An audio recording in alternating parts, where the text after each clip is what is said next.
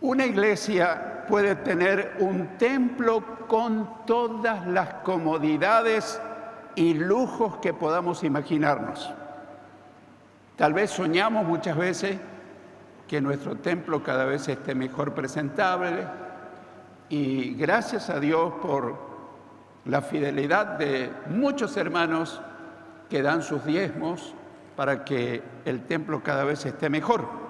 Pero una iglesia puede tener un templo con todas las comodidades y lujos que podamos imaginar y no ser atractiva a la gente. Qué paradójico, ¿no es cierto? Una iglesia puede tener las mejores alabanzas y los mejores músicos y los mejores cantantes y no ser atractiva a la gente.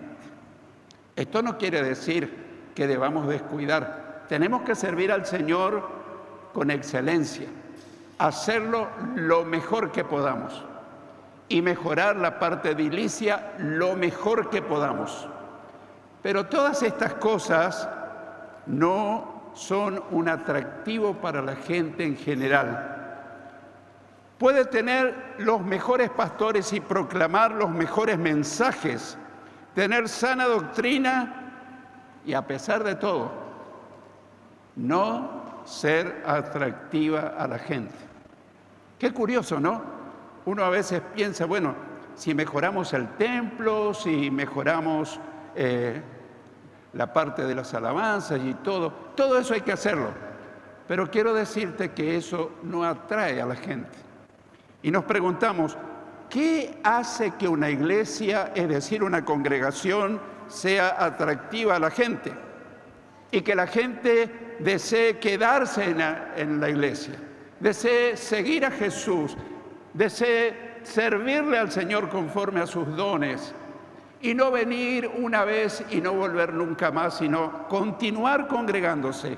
¿Qué hace? ¿Cuál es el misterio? ¿Dónde está el secreto, la clave? La unidad de la iglesia.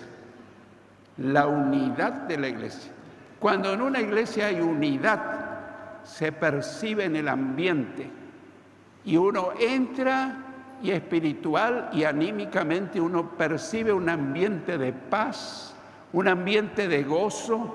Cuando termina el servicio y nos comenzamos a saludar unos a otros y se produce una maravillosa coinonía y la gente quiere volver a ese lugar.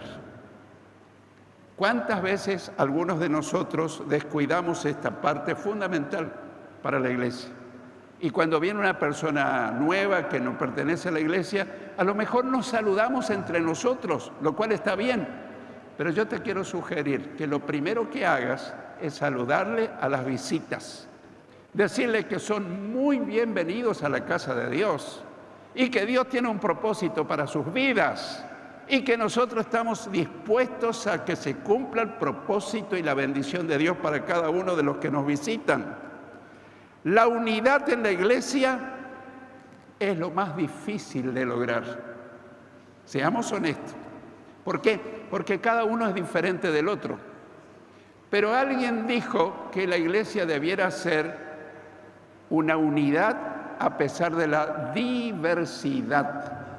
El secreto para estar unidos no es nuestra buena disposición, aunque demanda también, pero es Cristo viviendo en nuestras vidas quien nos une y hace que una iglesia sea unida y se manifieste y se perciba todo lo que estamos hablando.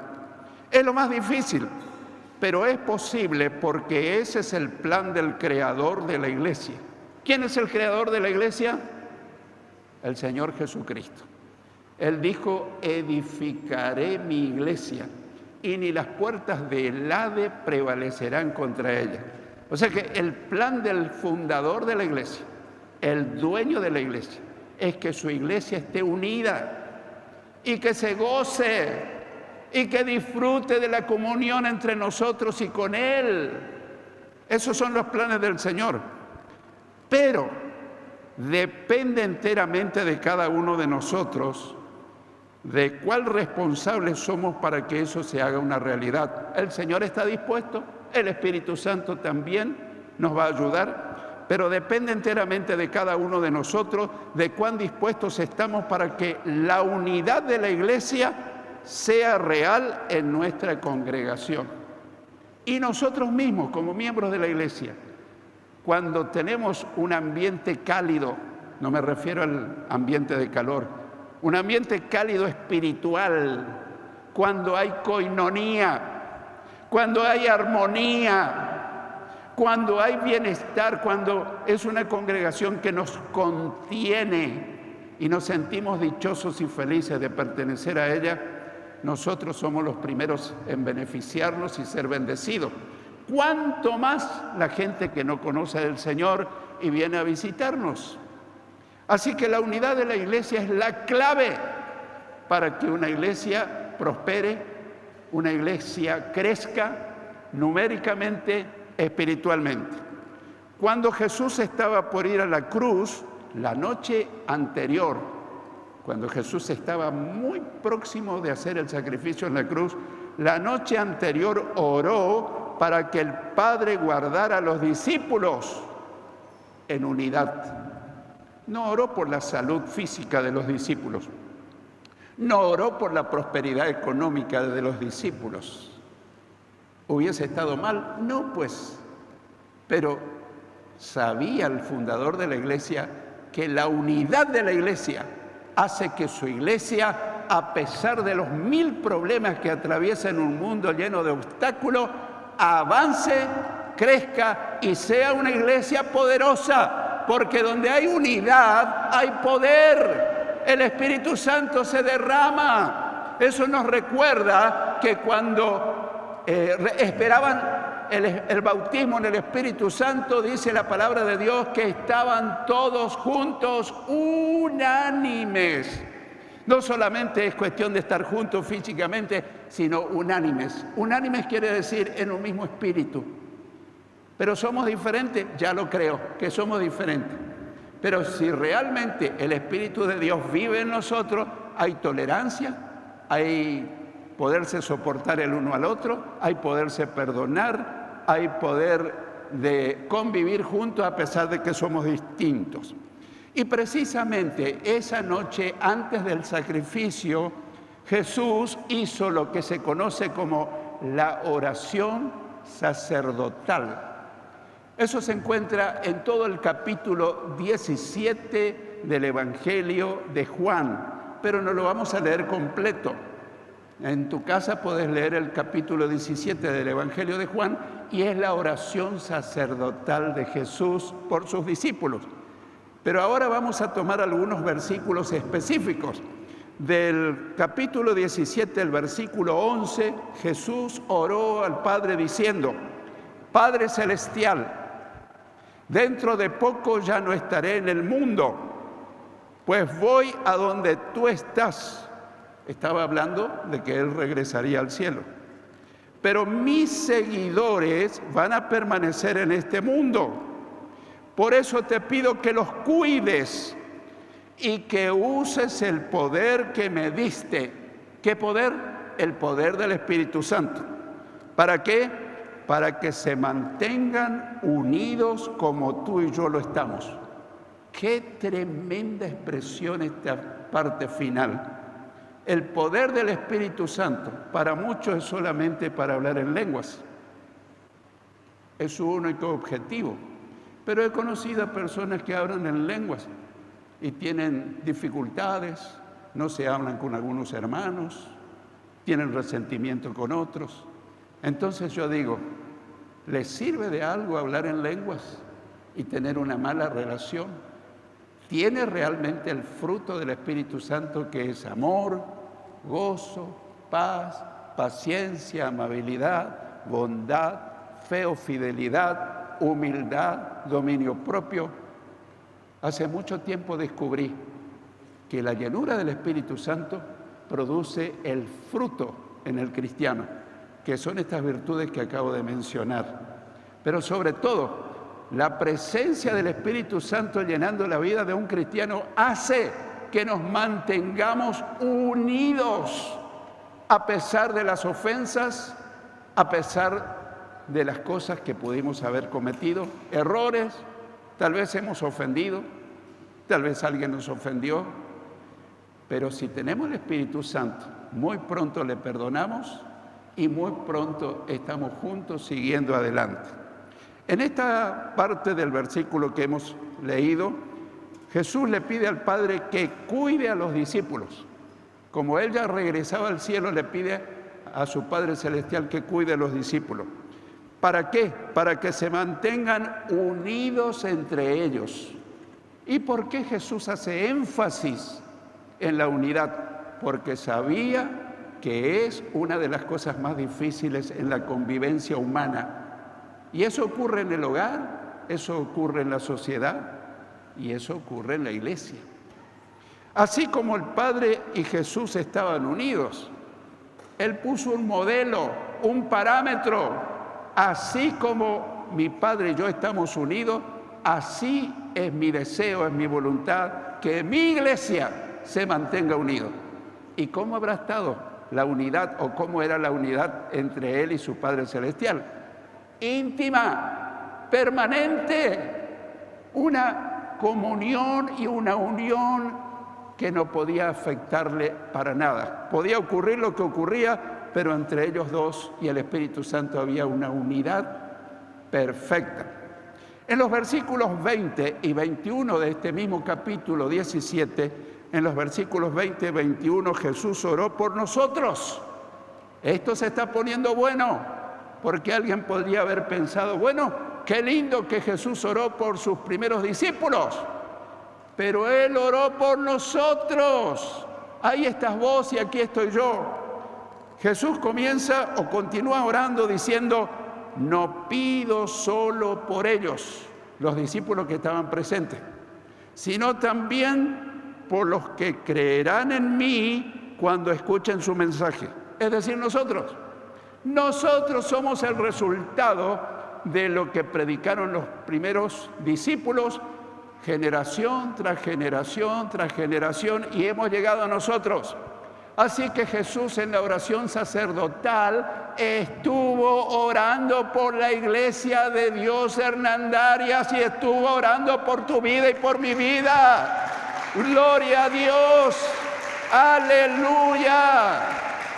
¿Quién diría que Él sabía que en el siglo XXI, en Lugones 780, iba a haber una congregación y Él estuvo orando por nosotros? Gracias, Señor, porque estuviste clamando al Padre. El versículo 21 dice, te pido que se mantengan unidos entre ellos.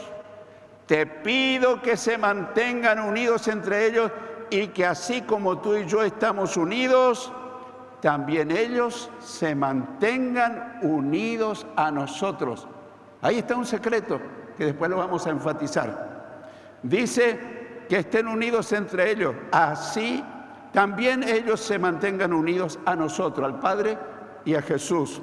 Así la gente de este mundo creerá que tú me enviaste. La gente va a creer en Jesús cuando vea nuestra unidad. ¿Cómo es que ustedes se pueden llevar de acuerdo?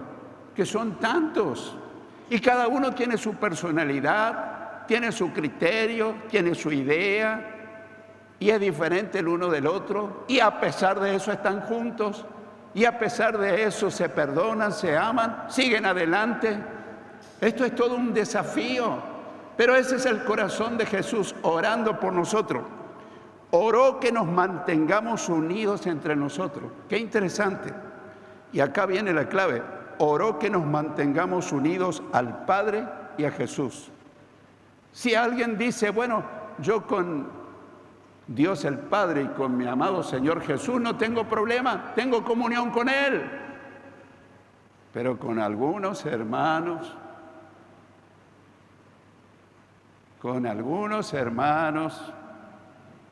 cuando viene por acá yo desvío para no saludarlo. Hermanos queridos, seamos honestos. Eso demuestra que en realidad no tenemos comunión con el Padre ni con Jesús. La comunión con el Padre y con Jesús se demuestra en mi comunión con los hermanos. Si yo tengo comunión con mis hermanos constantemente, a pesar de, eso demuestra que yo tengo comunión con Dios el Padre y con el Señor Jesucristo. Quiero que lo recuerdes. Nunca diga, sí, con Dios no tengo problema, con Jesús tampoco, pero con algunos hermanos sí. No te engañes.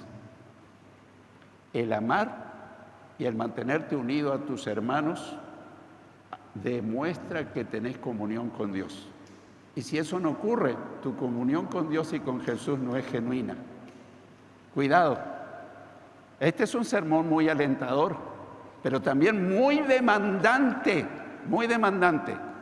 Así que ahí está el secreto, para que la gente crea que Dios envió a Jesús. Porque si no, somos una institución más dentro de la sociedad. Pero ¿cuál es la diferencia? En que la institución iglesia, la que creó el Señor Jesucristo, se caracteriza porque hay unión entre nosotros. Hay armonía, hay tolerancia, se puede soportar el uno al otro. Pero fulano no me pasa a mí y vos lo pasás a él. Lo que ocurre, hermanos queridos, es que a veces esperamos que el otro venga a saludarme, venga a sonreírme, venga a pasarme la mano, me dé un abrazo. No sigas esperando. Sos vos y soy yo quien tenemos que ir al otro y decirle, te amo en el Señor. Para mí, sos mi hermano en la fe, a pesar de... Y no le diga los defectos porque le podés ofender. Pero tal vez con tu actitud madura de decirle, para mí sos muy importante porque sos mi hermano en la fe, esa persona va a recibir un impacto, un aliento en su vida y se va a sentir atraído y va a querer seguir viniendo. Es por eso que el Evangelio fue tremendamente influyente durante el Imperio Romano, porque los cristianos estaban verdaderamente unidos.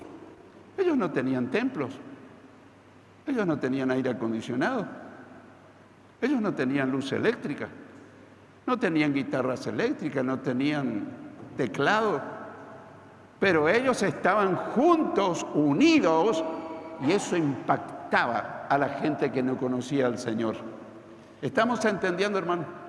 Más que lo edilicio, más que buena doctrina, y no estoy diciendo que no tengamos que tener buena doctrina, buena enseñanza, buenos pastores, buenos líderes, pero nada reemplaza a la unidad dentro del cuerpo de Cristo.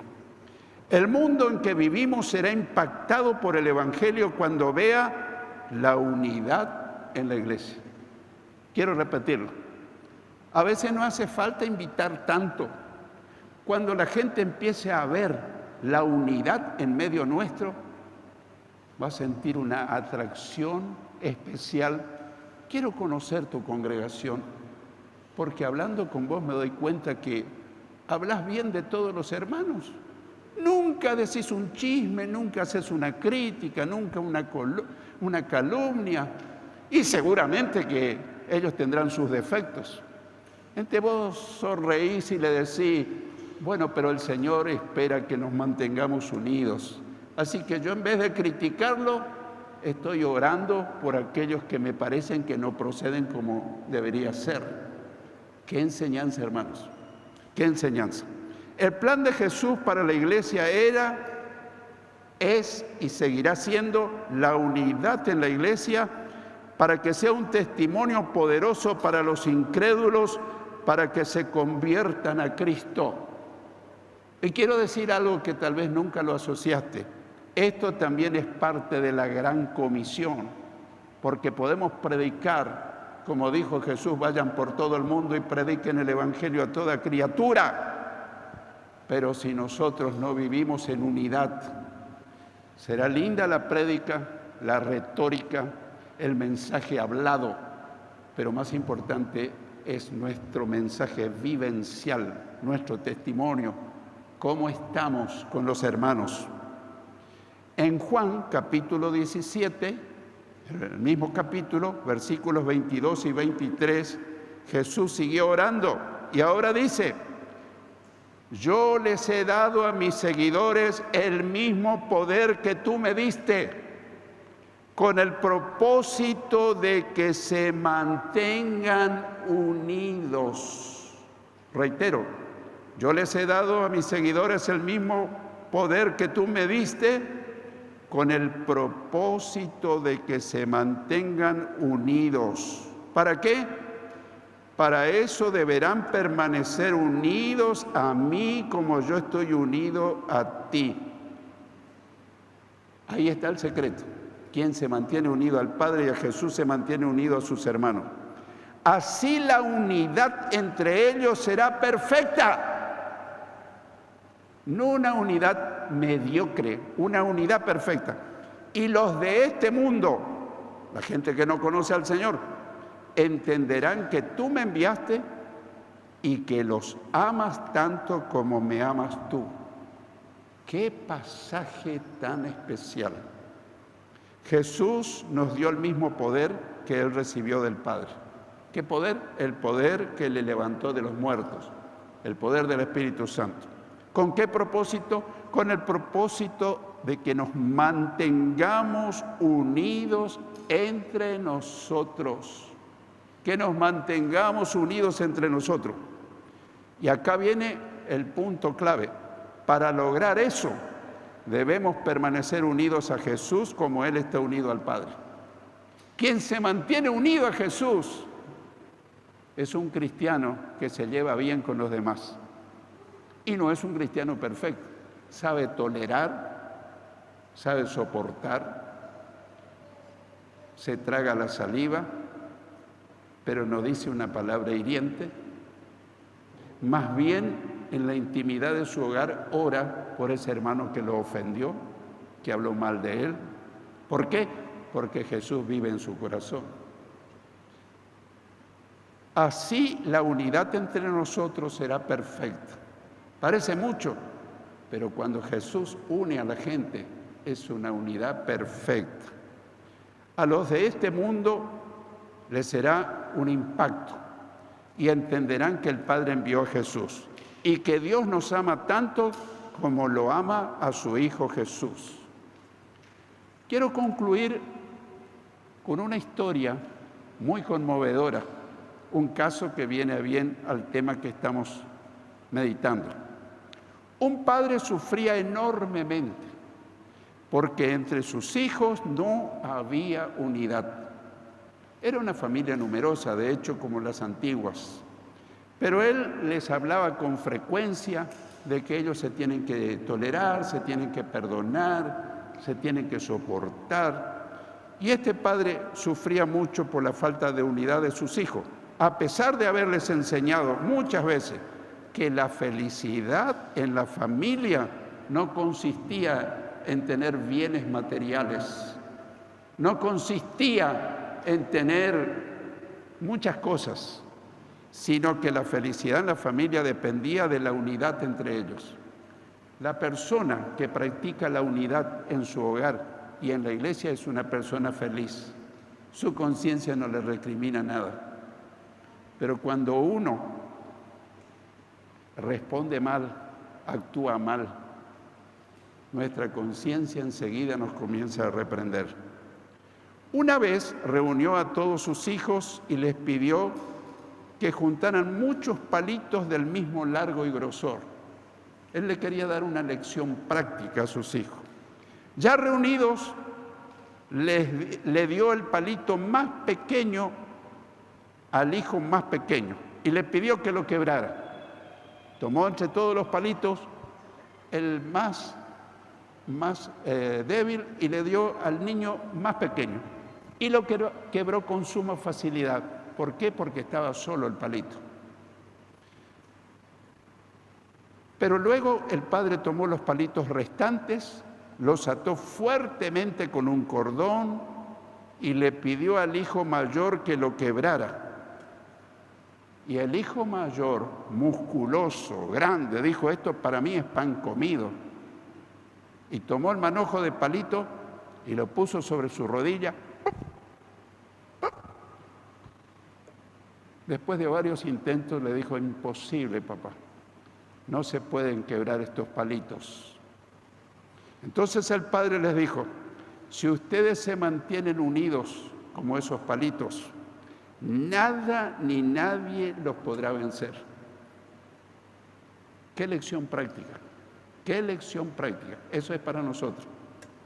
Si nos mantenemos unidos, no hay nada que nos pueda vencer. Es más, eso va a hacer que Dios descienda con su poder del Espíritu Santo. Eso va a hacer que el gozo del Señor llene nuestra vida. Eso va a hacer que podamos ganar muchos para el reino de los cielos. Eso va a hacer que llegue el día de culto y tengamos deseos de venir, porque me voy a encontrar con mi hermano fulano y con mi hermana fulana, y somos una familia unida y feliz. ¡Qué bueno! Pero si en la iglesia somos como unos ilustres desconocidos, resentidos, enojados, sin haber perdido perdón o perdonar, ¿quién va a querer seguir asistiendo? ¿Me explico? La Biblia dice: miren cuán bueno y cuán delicioso es vivir los hermanos juntos en armonía, porque allí envía el Señor bendición y vida eterna. Salmos 133, versículos 1 y 3.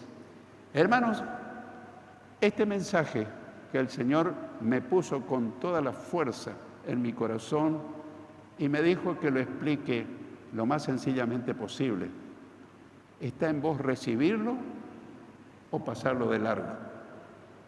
Oré muchos días para que cada uno de nuestros corazones sea tierra fértil y que esta semilla sembrada esta mañana comience a dar fruto. No esperes de los demás. Vos y yo tenemos que adelantarnos a transmitirle nuestro amor, nuestro cariño, el valor a cada hermano. Así haya sido el que nos ofendió, el que habló mal de nosotros, el que nos tiene rencor, haciendo el bien a los que nos hacen mal. El que tenga oídos para oír, que oiga lo que el Señor nos está hablando.